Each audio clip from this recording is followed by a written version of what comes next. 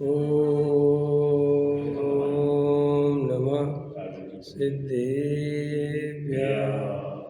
ओम नमः सिद्धेभ्यः। ओम नमः सिद्धेभ्यः। निर्मल ज्ञान परिठया कम कलंक डैवी अपाल दो जेड़ परो सब कदम मल प्राप्त करने जो लीन निर्मल ध्यान में लम कर संदग्ध मानस शांत जिनके गुणों के गान में वे वर्णमान महान जिन विचरे हमारे ज्ञान। योगसार ग्रंथ है, पृष्ठ क्रमांक 26। गाथा अपनी जो है 16 है। देखो क्या कहते हैं। योगेंद्र देव आदेश देते हैं, हे आत्मन, निश्चय सम्यक दर्शन की यही रीत है, बाकी सब विकल्प व्यवहार और निमित्त हैं, ऐसा तू जान। व्यवहार, श्रद्धा, शास्त्र, ज्ञान, कसाय की मंदता ये मुक्ति के किंचित भी कारण नहीं है। ये तो बंद के मार्ग हैं। गुण भेद की राग की जितनी महिमा आती है वह तो शल्य है।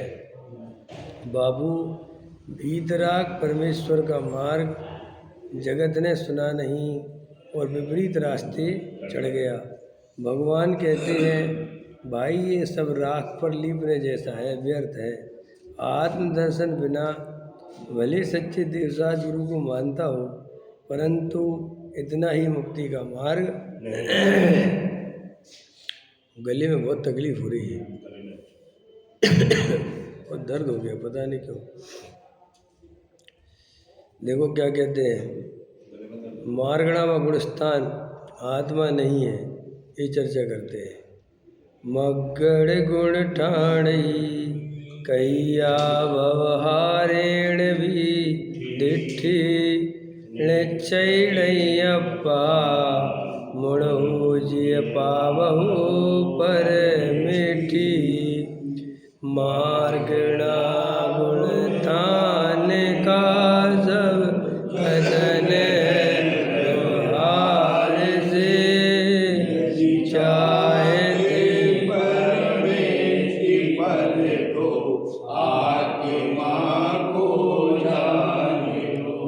क्या कहते आचार्य, केवल व्यवहार नय की दृष्टि से ही जीव को मार्गणा व गुणस्थान कहा है।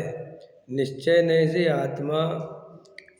नय से अपने आत्मा को आत्म रूप ही समझ, जिससे तू सिद्ध परमेष्टि के पद को पा सके। बहुत स्पष्ट आचार्य कह रहे हैं, ये जो व्यवहार नय के कथन हैं, केवल व्यवहार नय की दृष्टि से जीव को मार्गणा माने जीव को खोजने की जगह, कहाँ कहाँ जीव पाया जाता है। 1 इंद्रिय जीव, 2 इंद्रिय जीव, 3 इंद्रिय जीव, 4 इंद्रिय जीव, 5 इंद्रिय जीव, 6 इंद्रिय जीव, ये सब 5 इंद्रिय, संगी असंगी, ये सब अपन काहे से खोजते? इंद्रियों के मान। 1 इंद्रिय जीव कितने हैं, 2 इंद्रिय जीव कितने हैं, ये सब मार्गणाएं कहलाती हैं, समझ में। तो 14 प्रकार की मार्गणाएं होते हैं, 14 तरह से जीव की पहचान की जाती है। और गुणस्थानों के माध्यम से पहले गुणस्थान में है जीव, चौथे गुणस्थान में, 5वें गुणस्थान में, तीसरे, तो ये सब गुणस्थान के मान। तो जीव तो वास्तव में गुणस्थानातीत है, जीव इंद्रिय वाला नहीं है। जीव का बाहरी जो शरीर आदि का अपन, जैसे अपन संगी पंचेंद्रिय जीव है, तो आचार्य कहते हैं व्यवहार नय का कथन है, जीव कभी भी पंच इंद्रिय वाला हो, जीव तो जीव रहता है, उसका तो ज्ञान स्वभाव है, जानना देखना उसका स्वरूप है। ये इंद्रियां तो नष्ट हैं, विनष्ट हैं, ये तो नश्वर हैं, सब शरीर आदि नश्वर हैं, ये संयोग सब विनश्वर हैं। तो इसलिए अपने को इंद्रिय वाला मानना ये मिथ्यात्व है, कथन है, ये व्यवहार नहीं से पहचान। जैसे हमने कोई किसी ने पूछा कि साहब उस फलाने व्यक्ति से मिलना है, तो उन्होंने कहा पीली शर्ट वाला है वो, तो पीली शर्ट उसकी पहचान बनाई, लेकिन रियल में वो कोई शाश्वत पहचान थोड़ी है भाई। वो तो अभी 2 घंटे बाद शर्ट बदल लेगा, तो क्या वो फिर कैसे करोगे? तो अब लेकिन टेम्परेरी भाई, अभी पीली शर्ट पहनी है तो इस आधार से टेम्परेरी पहचान के लिए बोल दे पीली शर्ट है। ऐसे ही जीव तो सदा काल अनादि अनंत नित्य शुद्ध एक ज्ञायक तत्व है। बाकी तो सब उसकी जो क्षणिक पहचान है, पर्याय दृष्टि से उसको पहचाना जाता है। अभी अरविंद जी हैं, आप भीगे जैन हैं, ये मैं हूँ नहीं, ये सब इस देह की पहचान के लिए, भेद करने के लिए कि ये दो न्यारे न्यारे जीव हैं, तो उनके संयोग के आधार से भेद करके अलग अलग बता दिया। लेकिन तुम अपने को वीके जैन मानते हो, तुम अपने को अरविंद मानते हो, तो आचार्य कहते हैं मिथ्यात्व है, क्योंकि आत्मा कभी इसके नाम ही नहीं है। आत्मा तो सदा काल एक साक्षी भाव, एक ज्ञायक भाव रूप ही रहता है। और एक इंद्री, 2 इंद्री, 3 इंद्री, 4 इंद्री, 5 इंद्री, ये सब जीव की अवस्थाएं, ये जीव का वास्तविक स्वरूप नहीं है। अवस्थाएं कहलाती हैं उसकी वर्तमान दशा, और स्वरूप कहलाता है त्रिकालिक दशा।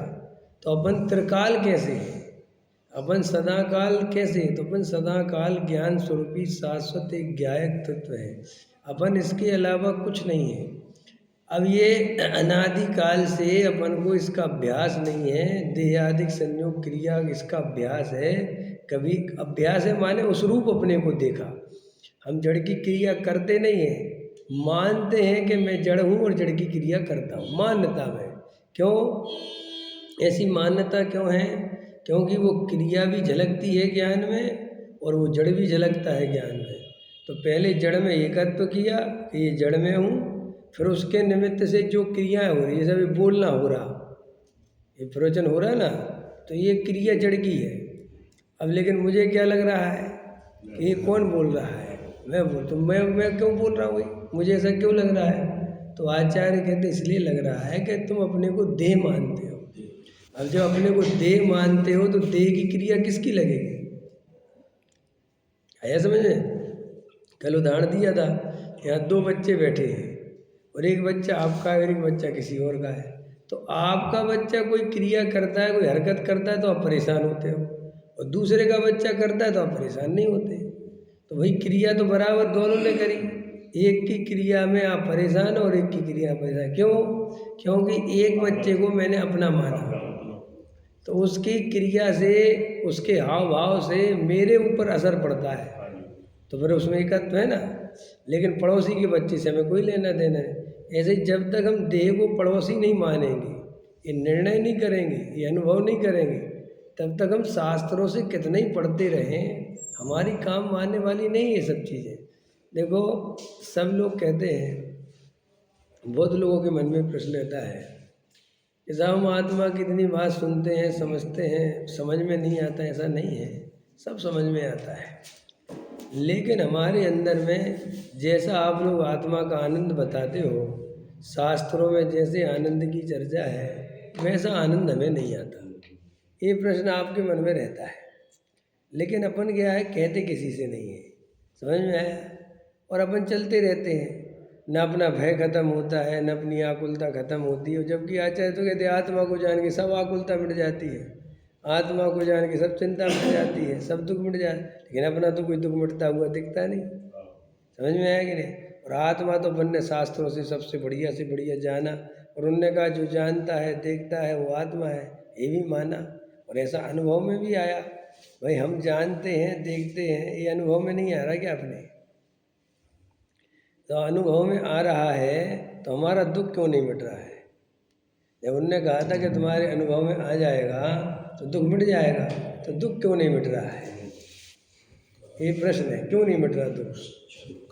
उसका अभ्यास ही नहीं किया, सुख का अभ्यास नहीं किया और अनुभव नहीं किया, अनुभव में नहीं लिया। अनुभव में तो लिया है ना, बाकी अनुभव किलो में में तो रह लिया, गए। जानना देखना सो आत्मा है, सो हमने ऐसा जाना और मैं अनुभव किया।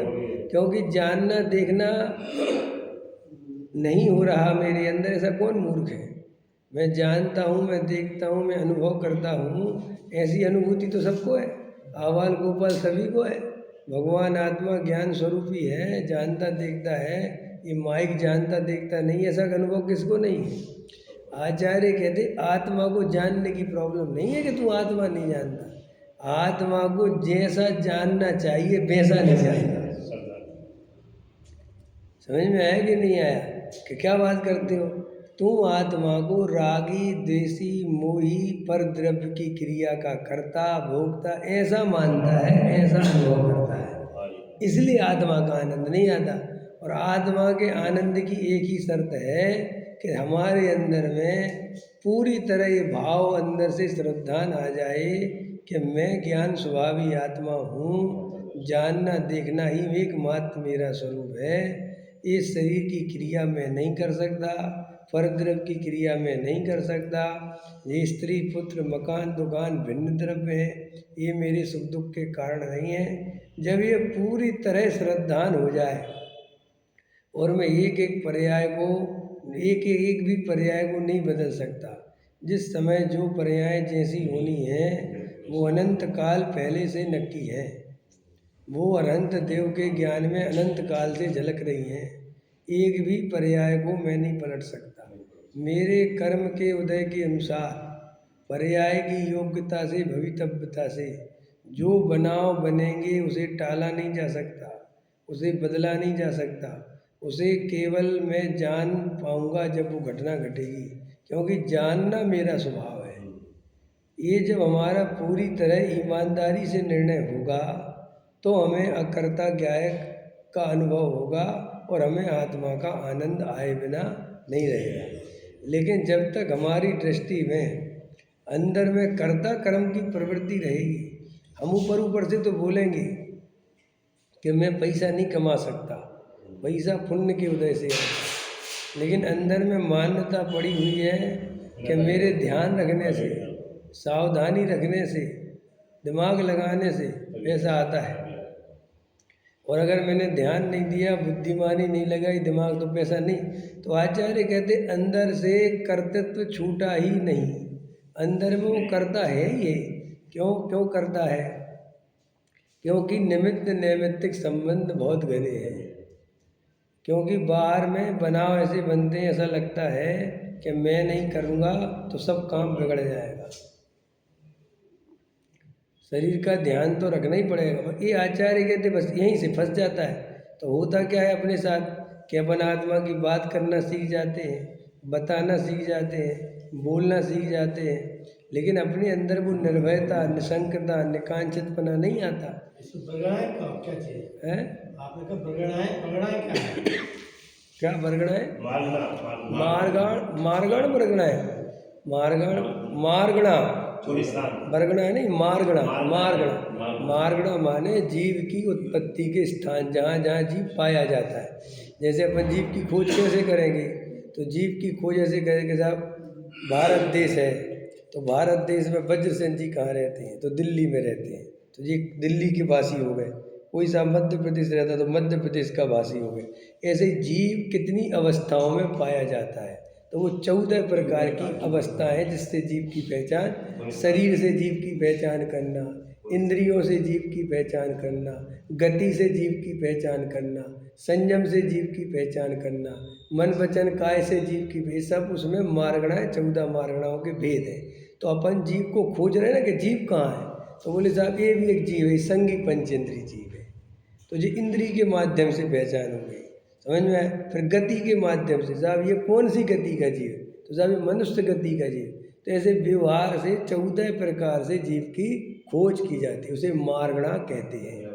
तब वो आचार्य कहते कि ये सब व्यवहार है, जीव इन रूप नहीं होता, लेकिन इन रूप दिखता है। हम शरीर रूप दिखते हैं, हम क्रिया रूप दिखते हैं, लेकिन आत्मा कभी इन रूप होता नहीं। आत्मा तो केवल साक्षी भाव से जानता है। तो वो आचार्य कहते कि जीव को ये भ्रम इसलिए है कि वहाँ पर वो निमित्त नैमित्तिक संबंध है और वो ज्ञान में झलकता है। अब वो झलकता है तो हमें उसी के कारण जो है वो अंदर में ऐसा लगता है कि मैं ये हूँ, और हमें वो कर्ता कर्म की प्रवृत्ति है।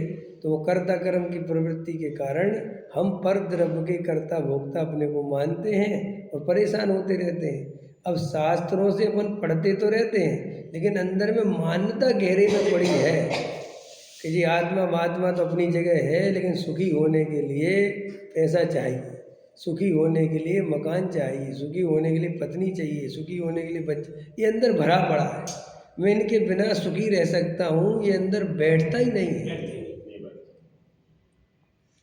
हमें तो डर है, जब ये बैठता नहीं है तो अंदर उसके भय काम करता है, भय काम करता है तो डरता है, समझ में आया? तो इसलिए दुखी होता है, निर्भयता नहीं आती, आनंद नहीं आता, फिर किसी के सामने झुकता है, कहीं अकड़ता है। इस समाज के बिना मेरा काम नहीं चलेगा। अगर इस खूब मैं सोचता तो है, लेकिन जब वो प्रैक्टिकल लाइफ में आता है तो उसको ऐसा लगता है अगर अपन ने समाज में एक्टिव नहीं रहे, अपन ने दान पुण्य नहीं किया, तो ये समाज वाले पूछेंगे नहीं अपने को। तो कहीं का ईंट कहीं का रोड़ा, भानुमती ने कुनवा जोड़ा।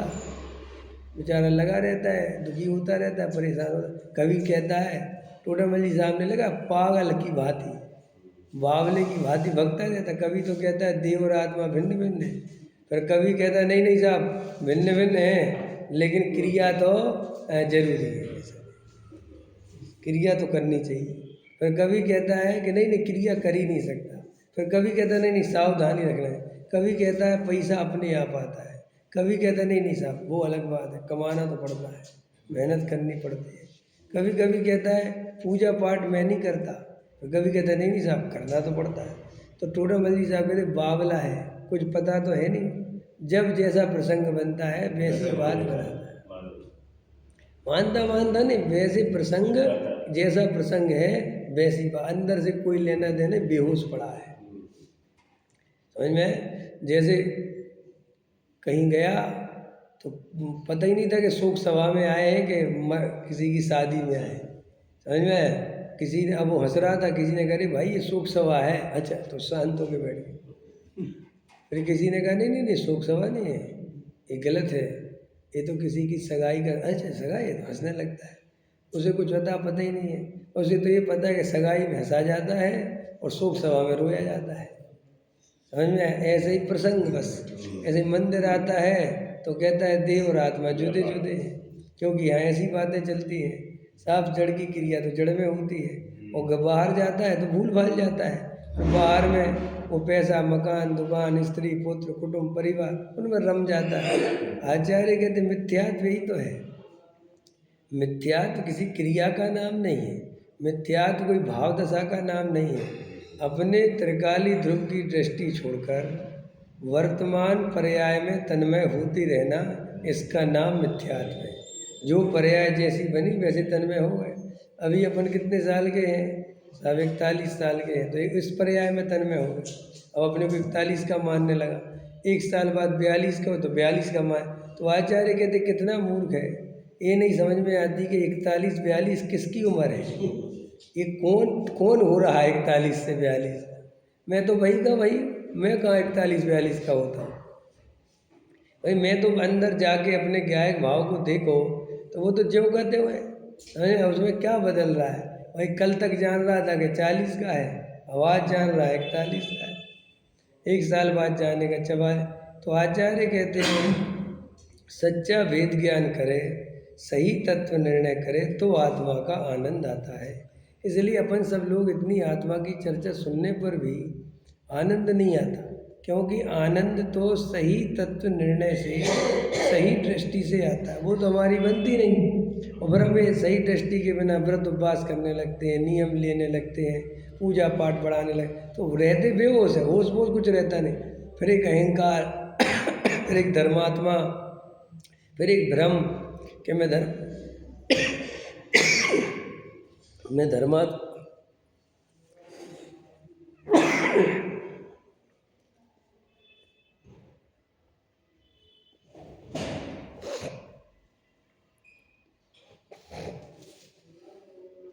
मैं धर्मात्मा हो गया, ऐसा भ्रम चलता है और होश नहीं रहता।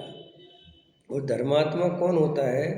तो आचार्य कहते हैं जो होश पूर्वक भेद ज्ञान पूर्वक जीता है। कल बताया था हम पर्याय से भिन्न हैं, ये जागृति हमारी बनी रहनी चाहिए। अगर ये हमारी जागृति बनी रहेगी तो हम सम्यक दर्शन प्राप्त करेंगे। और हम जागृत नहीं रहेंगे, बेहोश रहेंगे और दौड़ लगाएंगे।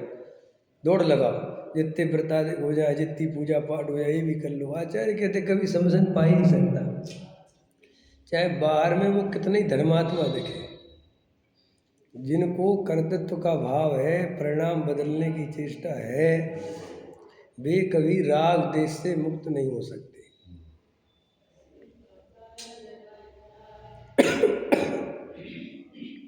समझ में आया कि नहीं आया? पक्ष है, क्रिया का पक्ष है, वो कभी राग देश से मुक्त नहीं हो सकता। निश्चय के साथ व्यवहार भी जरूरी है।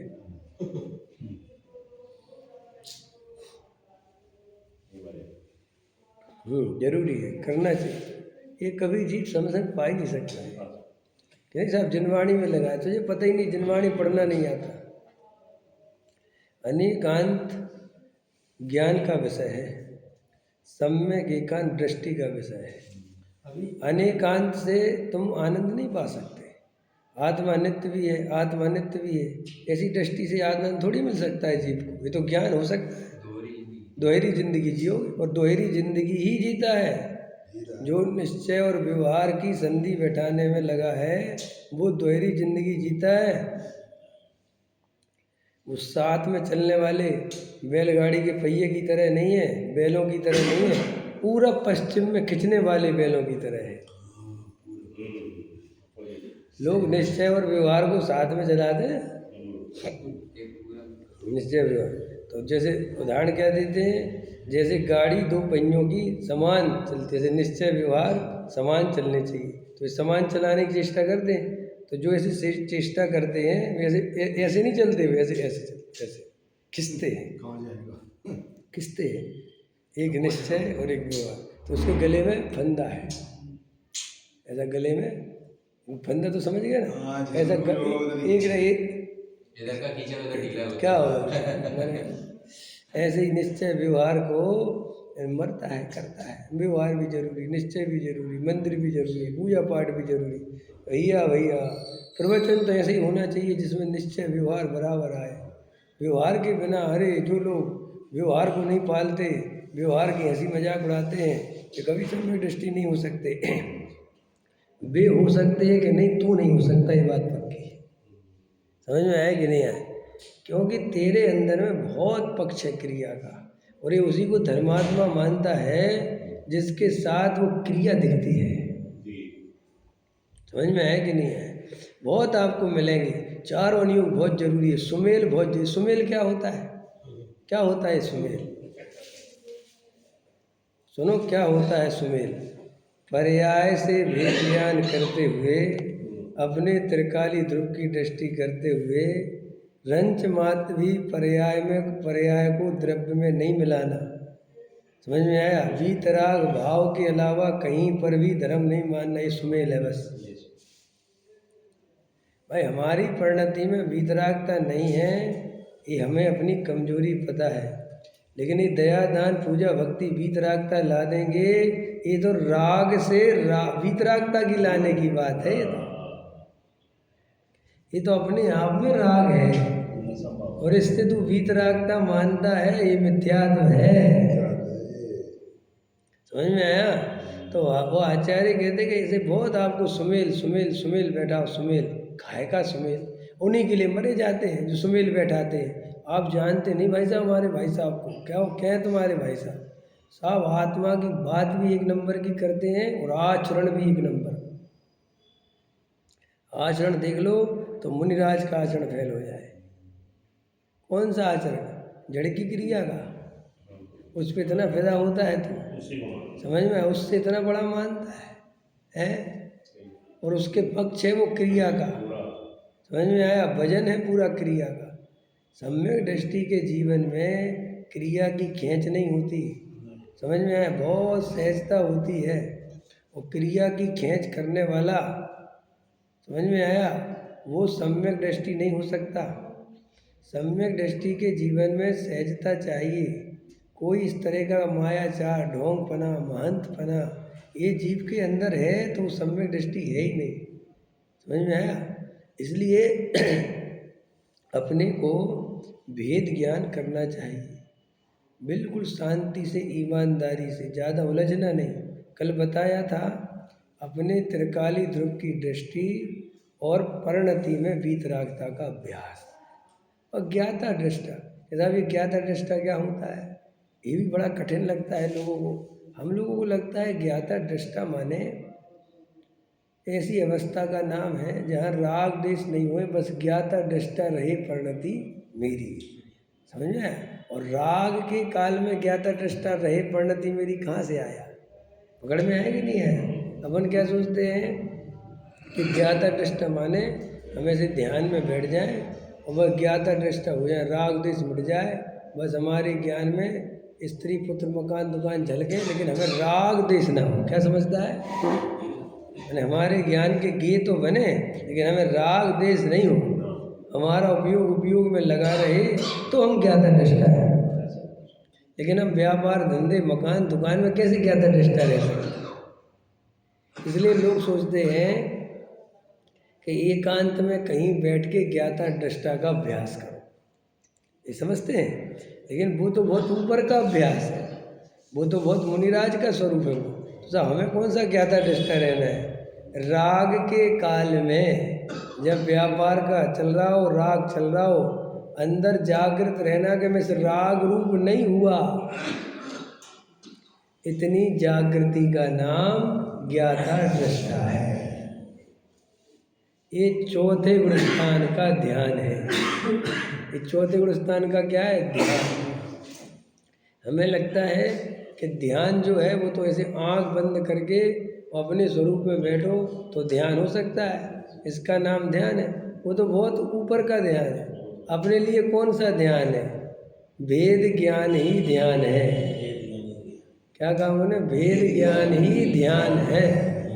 अपने को नौ कर्म में, द्रव्य कर्म में, भाव कर्म में मिलाना नहीं। मिले हुए दिखने पर भी मिलाना नहीं। दूध और पानी मिले हुए दिखते हैं लेकिन श्रद्धान क्या रहता है? किसी कीमत पर ये नहीं मिले। समझ में आया? किसी भी कीमत पर। और अंदर में अपने को कोई ऐसा भाव आवे कि नहीं साहब अपन ने ये भाव किया, अपन ने ये परिणाम किया, तो भी अंतर में श्रद्धा रहना चाहिए कि लग रहा है मुझे, मैं लगने से डरना नहीं साहब लग तो रहा है, लग रहा है, लेकिन वहाँ पर तुमने वो भाव किया नहीं, वो हुआ है। अब वो लगने ही से तो घबरा जाते हैं। निमित्त नैमित्तिक संबंध इतने घने हैं कि हम लगने से तो घबरा जाते, डर जाते हैं। क्यों डर जाते? क्योंकि अनादि काल से ऐसे ही श्रद्धान है कि मैं परद्रव्य की क्रिया का करता होता हूँ। जैसे अपन को कोई नहीं पूछे ना तो अपन घबरा जाते, डर जाते कि भैया हमें कोई पूछ ही नहीं रहा। मंदिर में कार्यक्रम हमें किसी ने बुलाया नहीं, फ़ोन तक नहीं किया, तो ऐसा लगता है हमारा अस्तित्व तो खतरे में है। तो सोचता है कि कुछ कर लें, तो मंदिर में जाएगा तो कुछ एकदम थोड़ा वैसे जाएगा, थोड़ी बातें बनाए, क्योंकि अब अंदर अगर जागृत रहे तो सब समझ में आए। और दूसरी बात, पुण्य पाप पे बिल्कुल भरोसा नहीं। तीसरी बात, अभी भी संसार में सुखी होने की कल्पना अभी भी चल रही है।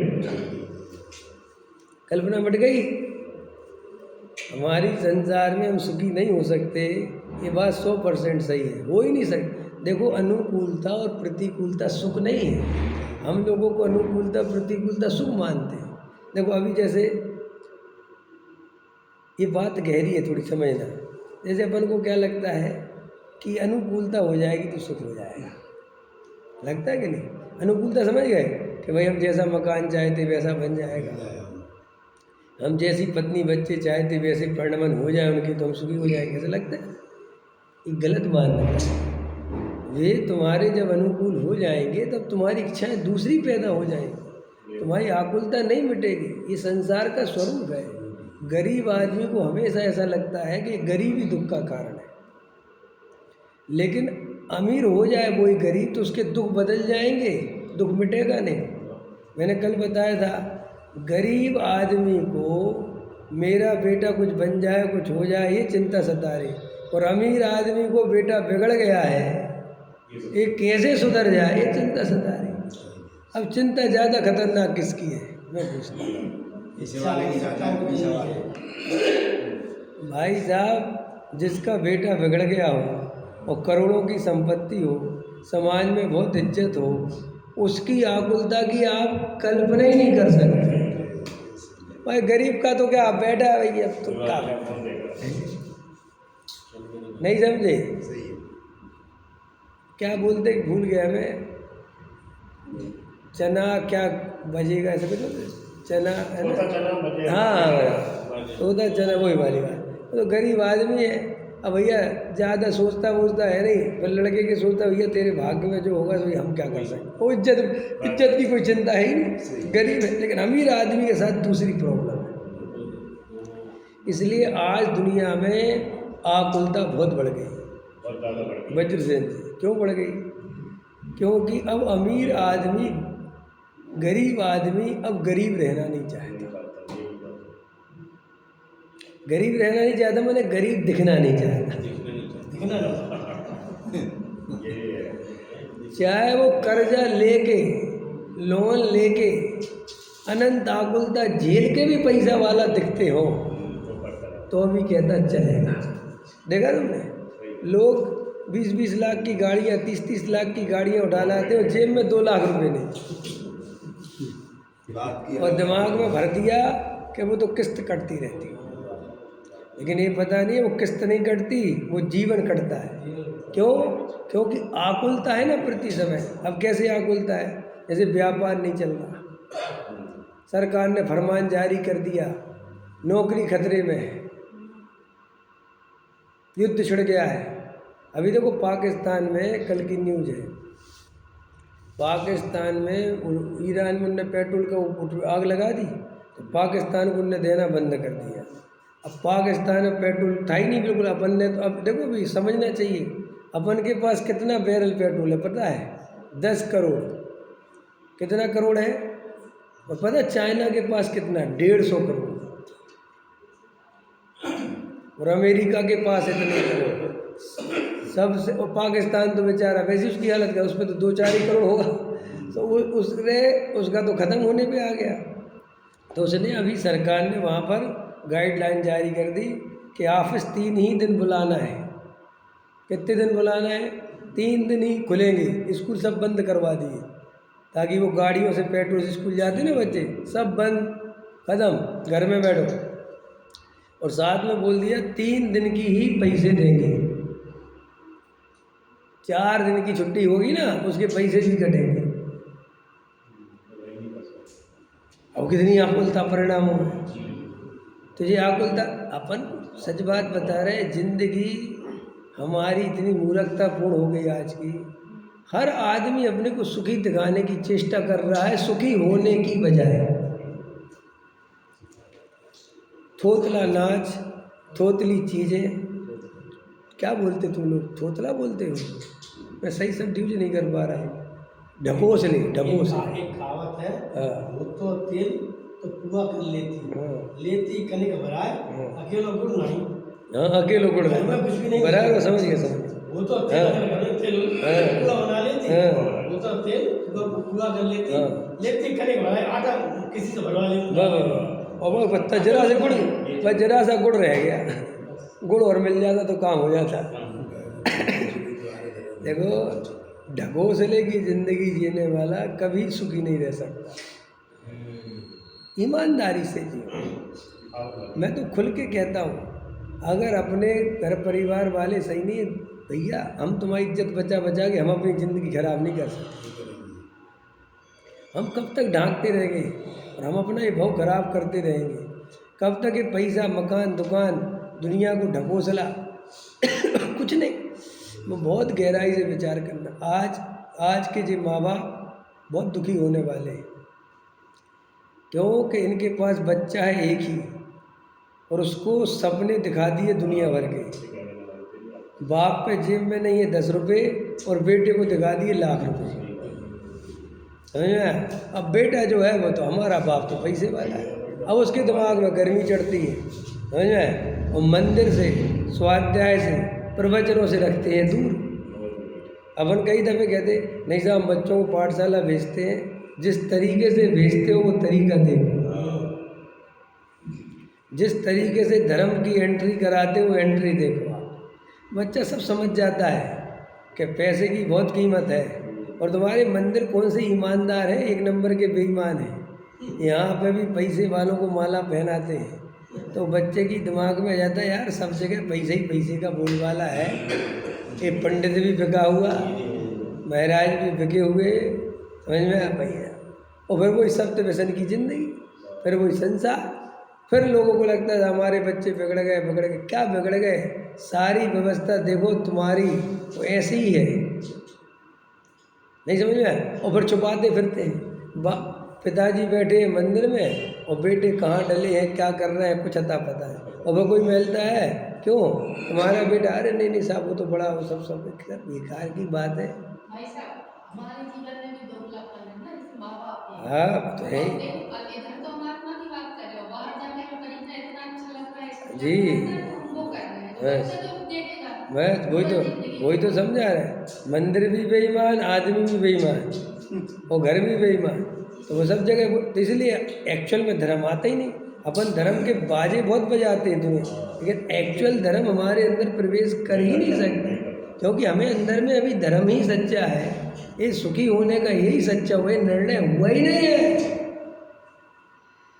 अभी। तो हमारे निर्णय विषय भोग विलासता, नाचना कूदना, इसमें हमें सुख बुद्धि पड़ी हुई है। अभी हमारे अंदर ये निर्णय ही नहीं हो पाया। हम स्वाध्याय नहीं सुन पाते तो हमें कोई बेचैनी नहीं होती, हम कोई आत्मा की बात नहीं सुन पाते तो हमें कोई तकलीफ नहीं होता। लेकिन हम व्यर्थ के कार्यक्रमों में नहीं जा पाए और वहाँ नाचना कूदना नहीं कर पाए तो हमें आकुलता होती है। और फिर सबको क्या लगता है, जिंदगी नीरस हो जाएगी। क्या लगता है? अरे आत्मा इतना सरस है, इसका आनंद लेना सीखेगा, स्वाध्याय में आनंद लेना सीखेगा तो वो जिंदगी तुझे नीरस लगेगी, ये जिंदगी सरस लगेगी। तो मैं तो दूसरी बात समझा रहा था कि अनुकूलता सुख नहीं है। ये हमारे दिमाग में इमेज ऐसी बनी हुई है कि अनुकूलता है सुख। अनुकूलता सुख नहीं आता। अनुकूलता से आपको भ्रम से ऐसा लगता है कि सुख आएगा, लेकिन जब वो अनुकूलता आती है तब तक हम किसी और प्रतिकूलता की खोज कर लेते हैं। अब जैसे ये बड़े आदमी हैं मान के चलो, तो इनके तो बहुत अनुकूलता है, भाई नौकर लगे, घर में पैसा है, सब चीज़ें, फिर आत्महत्या क्यों कर लेते हैं? सोचो बात भाई। अभी एक कल परसों एक बीजेपी का नेता पकड़ा गया, अपने ही घर में पीछे बंगला होगा उसके, तो पीछे उसने अफीम की खेती कर रखी थी, चोरी से सरसों के बीच में अफीम बो रखा था। समझ में आया? करोड़ों का अफीम पकड़ा गया।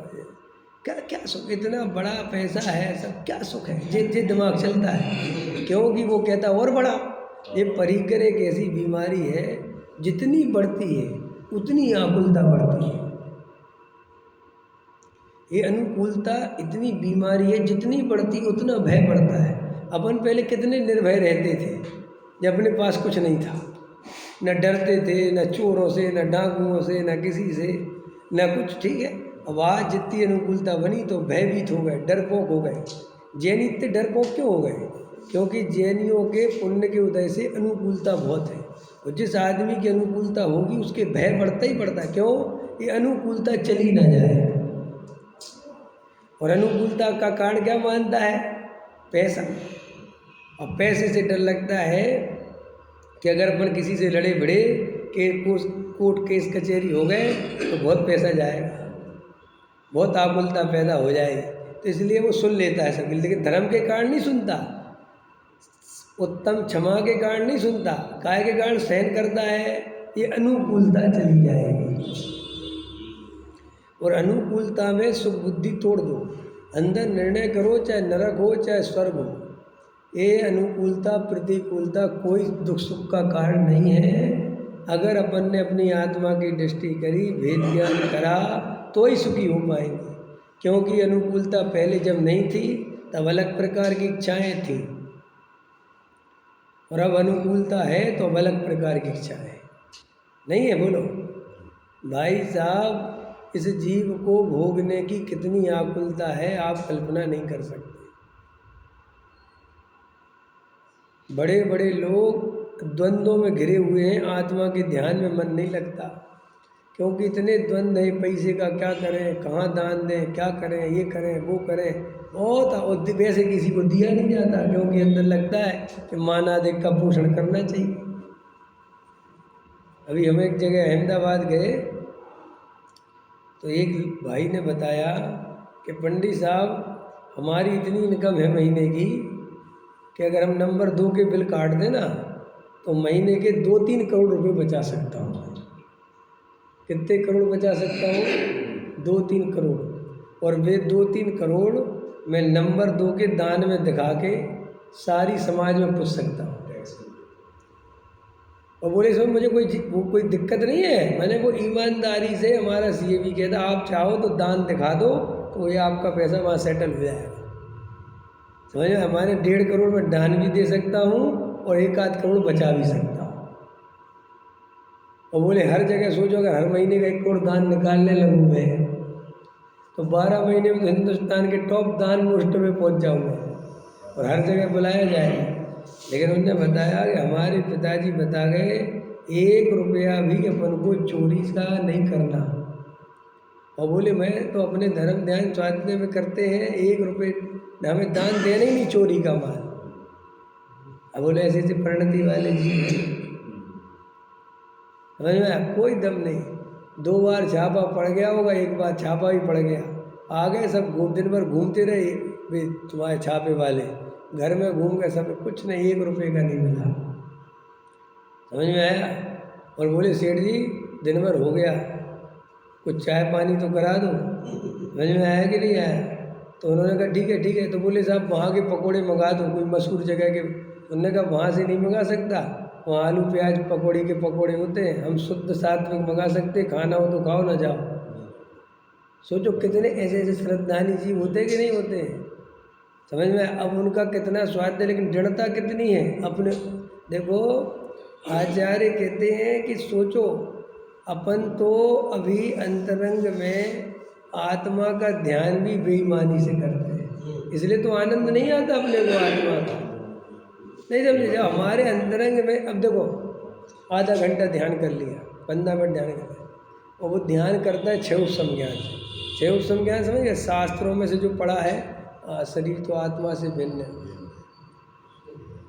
ऐसा भिन्न देख लिया। 10-15 मिनट देख सकते हो भिन्न के नहीं दिनेश जी? आप लोगों में से भिन्न कौन कौन देख सकते हैं तो बताओ। शरीर को, आत्मा को, राग को, ज्ञान को भिन्न भिन्न कौन कौन देख सकता है? कोई नहीं देख सकता क्या? नहीं देख सकते क्या? उसमें क्या है? उसमें देखने में है क्या? ये कोई बहुत बड़ा काम थोड़ी। देखने की कीमत नहीं, देख कर श्रद्धान हो तो कीमत। दिखा तो हम 1 मिनट में देंगे, तुम्हें क्या दिखाने में है क्या? इसमें कोई बड़ी लंबी चौड़ी का। कई लोग कहते हैं आत्मा देखे ही नहीं। अरे आत्मा तो रोज दिखा दूँ, उसमें है क्या? कोई आत्मा ऐसी चीज़ थोड़ी भी दिखा नहीं सकते। यानी अब कैसे दिखा सकते हो? अरे ज्ञान दर्शन जिसमें हो रहा है उसे आत्मा कहते हैं, और तुम फील कर रहे हो ये आत्मा है, तो किसको नहीं ये बात समझ में आ रही। और राग तुमसे भिन्न है क्योंकि वो कसाय रूप, तो ये क्रोध, ये ज्ञान, ये आत्मा, ये शरीर, ये भिन्न देखने में है क्या दिक्कत? और मैं परिपूर्ण गाय राग आदि से भिन्न, ऐसा करने में है क्या दिक्कत? तुम सोचते बहुत कठिन, यदि तो बहुत छोटी चीज़ है, और ऐसा कर लेता है। कई ऐसे धर्मात्मा हैं 15-20 मिनट कर लिया ऐसे,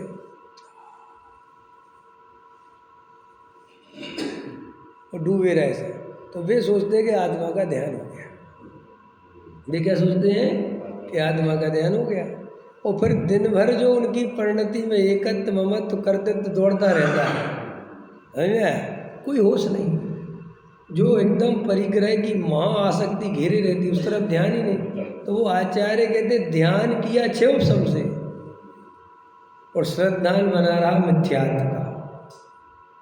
इसीलिए उसको वो कहता है कि साहब जब सुबह तड़ा बैठता हूँ तब तो मजा आता है, बाकी टाइम अरे भाई साहब तेरे वो क्षयोपशम का मजा है, कल्पना का मजा है, अंदर में श्रद्धान सच्चा नहीं हुआ। साहब सच्चा श्रद्धान हो जाएगा तो क्या लक्षण है, दिन भर तेरे को वेद ज्ञान रहेगा, तेरे को अंदर में आत्मा की खुमारी रहेगी, परिग्रह आदि में एकत्व ममत्व बुद्धि नहीं होगी, अन्याय अनीति पक्ष के भाव नहीं आएंगे। अपने आप अगर सच्चा श्रद्धानी होगा तो, और नकली होगा तो अरे अब ठीक है, अरे अब सही है, अब इतना तो करना ही पड़ता है, अरे आप समझते नहीं, जरूरी है, थोड़ी तो बेईमानी चाहिए। ठीक है, वो मंदिर की बात, वो बात सही है पंडित जी की, लेकिन पंडित जी तो समझाते हैं कर्म के उदय के अनुसार होता है, हमारा कर्म ही ऐसा, हम क्या कर सकते। ज़्यादा गाएगा तो पंडित जी तो कर रहे हैं, पंडित जी तो कर रहे हैं।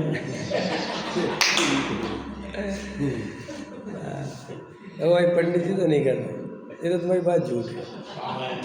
नहीं, हम तो ही बैठे हैं, पंडित जी को दूसरे थोड़ी बैठे, नहीं समझा, हम तो कुछ नहीं कर रहे। देखो भाई तुम मानो चाहे नहीं मानो, हम तो कहीं पर भी ऐसा अनुभव नहीं कर रहे हैं कि अपने अंदर कोई बेईमानी है। अपन तो अंदर से बिल्कुल वास्तव में, नहीं बताने में कोई डर थोड़ी है, अंदर में रियल में वेद ज्ञान की धारा अविरल रूप से चलती रहती है। हम तो तुमसे स्पष्ट कह रहे हैं, हमें कभी भी ऐसा भ्रम पैदा नहीं होता, एकत्व नहीं होता। अब ऐसा क्यों है, उसी के आधार पे हम तुम्हें बता पा रहे हैं कि कैसे करोगे तो होगा, क्योंकि लिखा ना कि वेद अगर जो है जहर खा ले तो उससे वो मरेगा नहीं, क्योंकि वो उसके लिए पहले औषधि लेके बैठा, बराबर, तो वेद विज्ञान की औषधि लिए बैठे, और हम तो और अगर हमारे जैसे खा लेंगे तो मर जाएंगे। हाँ, इसलिए कह रहे हैं कि तुम भी वेद ज्ञान जगाओ, ईमानदार बनो।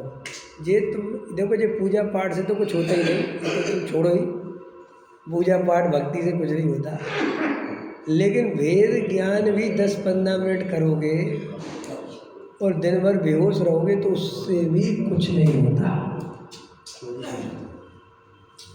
और कई लोग ऐसे भी हैं, वेद ज्ञान भी करते रहते, मज़ा राग में ही आता रहता है, मज़ा अनुकूलता ही में आता है, तो वेद ज्ञान सच्चा नहीं। जैसे वेद ज्ञान समझ रहे, मज़ा लेते भी जाएंगे, अपन तो सब भिन्न है, अंदर से तो यही भावना रखते भिन्न है, क्या पूरा क्या तो अंदर में वो वेद ज्ञान सच्चा होगा तो उसमें रस नहीं आता है, निषेध बुद्धि से भोगता है। क्या गुरुदेव श्री क्या शब्द लेते थे, ज्ञानी भोगों को निषेध बुद्धि से भोगता है। समझ में, उसमें एकत्व ममत्व करके नहीं भोगता, आन ऐसा बना रहे, ऐसा बढ़िया चलता रहे, ऐसा नहीं करता। इसलिए ज्ञानी की कसाय ज़्यादा देर टिकती नहीं, जिसकी कसाय ज़्यादा देर टिकती हो वो ज्ञानी नहीं। समझ में आया, ये बात अच्छे समझो, आज का सूत्र यही है। अनुकूलता में आपको सुख दिखता है कि सुख होगा, लेकिन जब वो अनुकूलता आपके पास होगी तब गारंटी से आपको सुख नहीं दिखेगा। ऐसी आपके जीवन में 1000 चीज़ें हुई होंगी। जब आपका दिल्ली में मकान नहीं होगा, आप बाहर से आए होगे, तब ये सोचते होगे एक कमरे का मकान हो जाए तो जिंदगी भगवान कट जाए। ये लिख लो मेरे से। और एक कमरे का नहीं हुआ, सीधा 2 कमरे का हुआ, सीधा 3 कमरे का हुआ। जैसे हुआ बस इच्छा दूसरी दौड़ने लगी, वो इच्छा तो कहाँ चली गई पता नहीं चला, और तीसरी इच्छा फिर जन्म लेती है, और वो उससे ज़्यादा दुखदाई है, क्योंकि अब इच्छा थोड़ा बड़ा रूप लेगी। पहले तो इच्छा कैपेसिटी देखती है ना कितनी है, वो कैपेसिटी के हिसाब से सोचती है। अब तुम्हारी इच्छा मकान बन गया तो और बड़ा सोचती है। मकान तो बन गया लेकिन गली में है, मेन रोड पर जाना चाहिए, छोड़ी। अब देखो अब इच्छा बढ़ गई, तो ये काम तो हो गया 25 लाख में, अब जो इच्छा पैदा हो रही वो 1 करोड़ में है।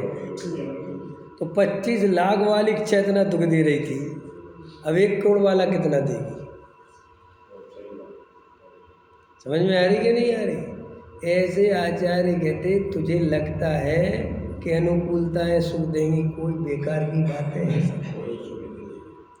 मैं तो कहता हूँ कल्पना करो तुम्हारी जो इच्छा है वो अभी की अभी पूरी हो जाए, फिर तो सुखी हो जाओगे। भाई साहब अगर ऐसा हुआ तो फिर जो इच्छाएं जन्म लेंगी तुम उनकी कल्पना नहीं कर सकते। ये ट्रम्प वगैरह पागल हो गए, ये सब बड़े बड़े आदमी, जो बिल गेट्स जैसे लोग पागल हो गए। कैसी इच्छा है इनकी? बिल गेट्स को ये चिंता है कि जनसंख्या बहुत बढ़ रही है, इनको मार दो। कैसी इच्छा है? कैसी इच्छा है? भाई तेरा क्या बिगाड़ा? तेरा क्या बिगाड़ा लोगों ने?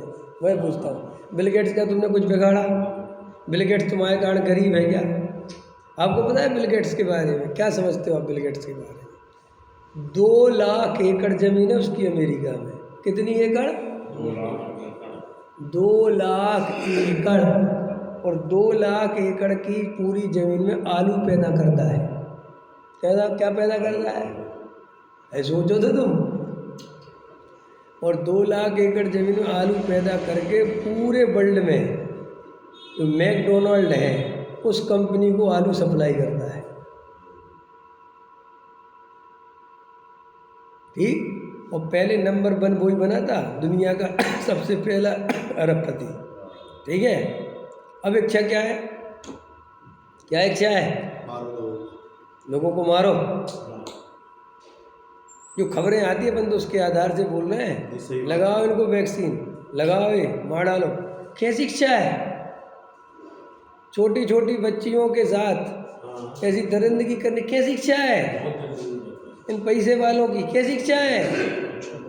तुम कहते पैसा हो जाए, पैसा, क्या इच्छा है इन लोगों की? मार डालो, बम गिराओ, कैसी इच्छा है? तुम कहते ना कि हमारी इच्छा क्या इच्छा है? विलासताएं बढ़ती हैं? पैसे बढ़ते, विलासताएं बढ़ती। ऐसी विलासता है, देखो ये है। क्यों? कि तुम जो विलासता सोच सकते हो वो खत्म हो गई, दी एंड हो गई। तुम जो सोचते हो ना वो तो खत्म हो गई। मैं तुम्हें ये समझाना चाहता हूँ, इच्छाओं का सागर ऐसा है, जब आपकी नैतिक इच्छाएं पूरी हो चुकी होती हैं तब जन्म लेती है अनैतिक इच्छाएं। ये है पुण्य का उदय। इसलिए पुण्य का उदय सम्यक दृष्टि को आए तो वो आनंदकारी होता है, कल्याणकारी होता है। और पुण्य का उदय मिथ्या दृष्टियों का आए तो विनाशकारी होता है। ये बात अच्छे से समझो। मत मरो पुण्य के उदय को, नहीं सोचो। जितना आदमी बड़े पद पे जाता है उतना उसके दिमाग में उल्टे सीधे काम आने लगते हैं। आप कल्पना नहीं कर सकते, सोच ही नहीं सकते आप। इन लोगों ने इतना पैसा है, जवान होने के लिए क्या क्या खाया होगा कि हम जवान बने रहें। अभी आपके मोदी जी मशरूम मंगवाते हैं अफगानिस्तान से, 3 लाख रुपए किलो का आता है वो खाते हैं गोरा होने के लिए। समझ में आया? समझना, ध्यान से देना।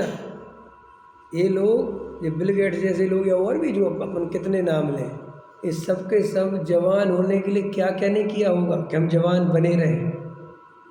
क्योंकि जवान रहेंगे तभी तो भोग भोगेंगे, ऐसी इच्छा पैदा हुई।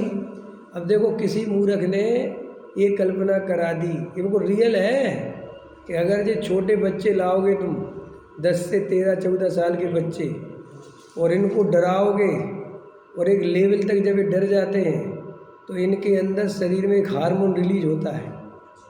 समझ में आया? और वो हार्मोन रिलीज हुआ और तुमने तुरंत मार के इसको खा लिया तो तुम जवान बन जाओगे।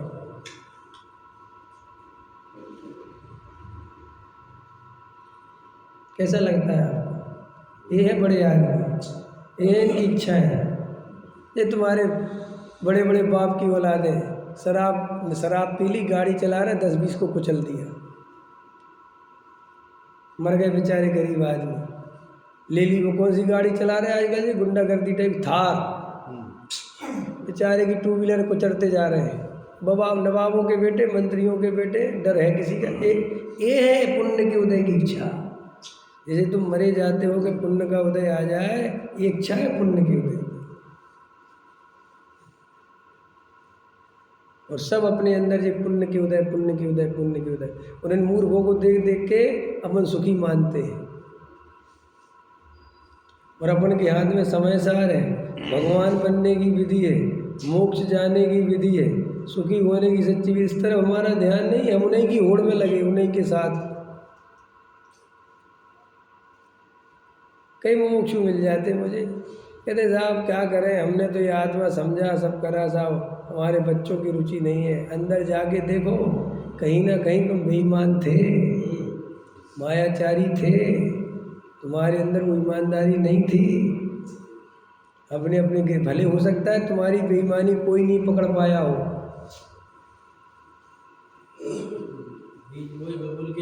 हम कहाँ से होए?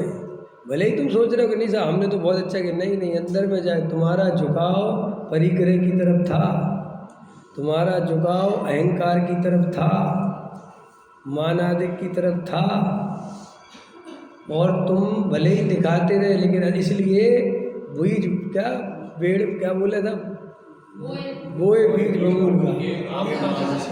अंदर की अपनी अपनी देख तू ऊपर ऊपर से तो पाठशाला ले आया, अंदर में तो सपने इंजीनियर डॉक्टर बनाने के देख रहा था। समझ में आया? अरे आचार्य कहते भाई ये पुण्य के, चोटामल जी साहब ने बहुत अच्छा लगा, पुण्य के उदय में जो इच्छाएं होती है वो तो अनैतिक होती है। अब पुण्य का उदय है बड़ा बड़ा है,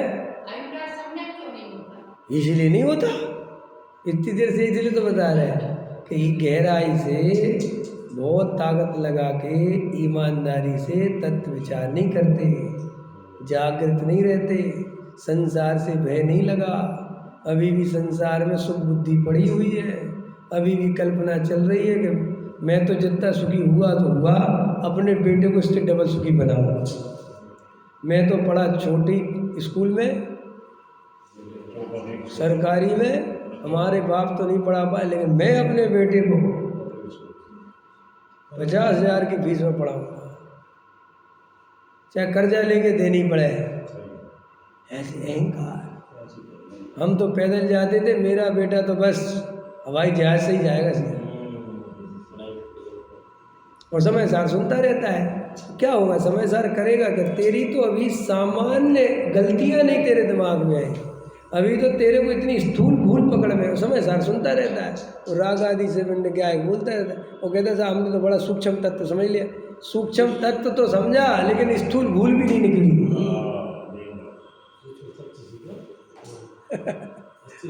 हाँ, और वो कहता है हम सब सूक्ष्म तत्व क्या सूक्ष्म करता है, जो स्थूल भूल ना निकाल पाए वो काय का सूक्ष्म करता है। और सूक्ष्म में घुसता रहता है ताकि वो स्थूल भूल पकड़ में ही नहीं आए। क्या करें भैया, क्या करें, जीव को कहाँ फंसा है अपन, कहाँ। मैं तो बहुत अच्छे से कह रहा हूँ, निकल सको तो निकलो, नहीं बहुत हो गया। सहजानंद।